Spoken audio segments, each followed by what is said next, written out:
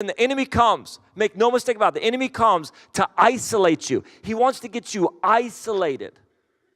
When I was first youth pastoring, early on, I started really young in my early 20s, and I had no idea what I was doing, so I just had time on my hands, and so I decided to go buy a 55-gallon fish tank for my office, and I got this 55-gallon fish tank, and I got these like big fish, Severums or something, I forget what they were, and they just kind of swam around, and they were super boring. So I went to the fish store, and I'm like, hey, listen, I got these 2 fish. They're boring. They don't do anything. Like, do you have any? I want, like, fish that are colorful and swim in a school. And they said, all right. So they gave me these little fish about this big, 10 of them, and they all kind of swam in a school. It was amazing. I put them in there, and I'm like, well, what about the big fish? They said, they'll leave them alone. I said, all right. So I stick them in this fish tank, and, for months, they just swam around in a school. It was awesome. And I don't know if this was the Lord speaking to me, or I don't know what happened, but I remember coming in one day, and I'm sitting there looking at the fish.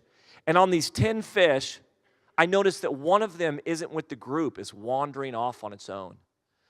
And I kind of noticed that. Next day I come in, and I notice there's only 9 fish. So I'm watching this that day, the next day, 9 fish. And I notice that in the 9, one of them's wandering off on his own. I come in the next day, 8 fish. This happened for like about 2 weeks, 8 fish.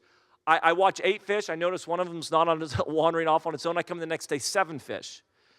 Watching 7, 6, 5, 4, 3, until all the fish were gone. All the little fish were gone.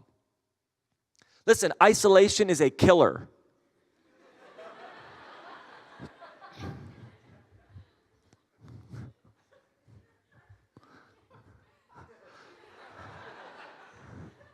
You can write this one down too. The banana that leaves the bunch gets eaten. Listen, you need... Don't tweet that. That's cheesy. But listen, the concept is that, listen, God wants to put you in a community. He wants your root system in a community. And our culture, church and secular, scream independence.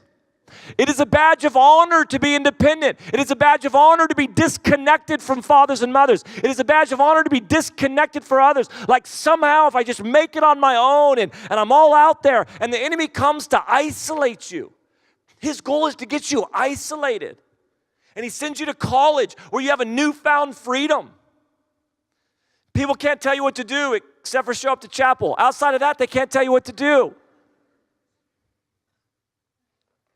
And you have to fight for this thing called community. Your root system must be community.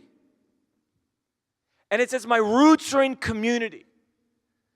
That I begin to find that fruit begins to come in my life.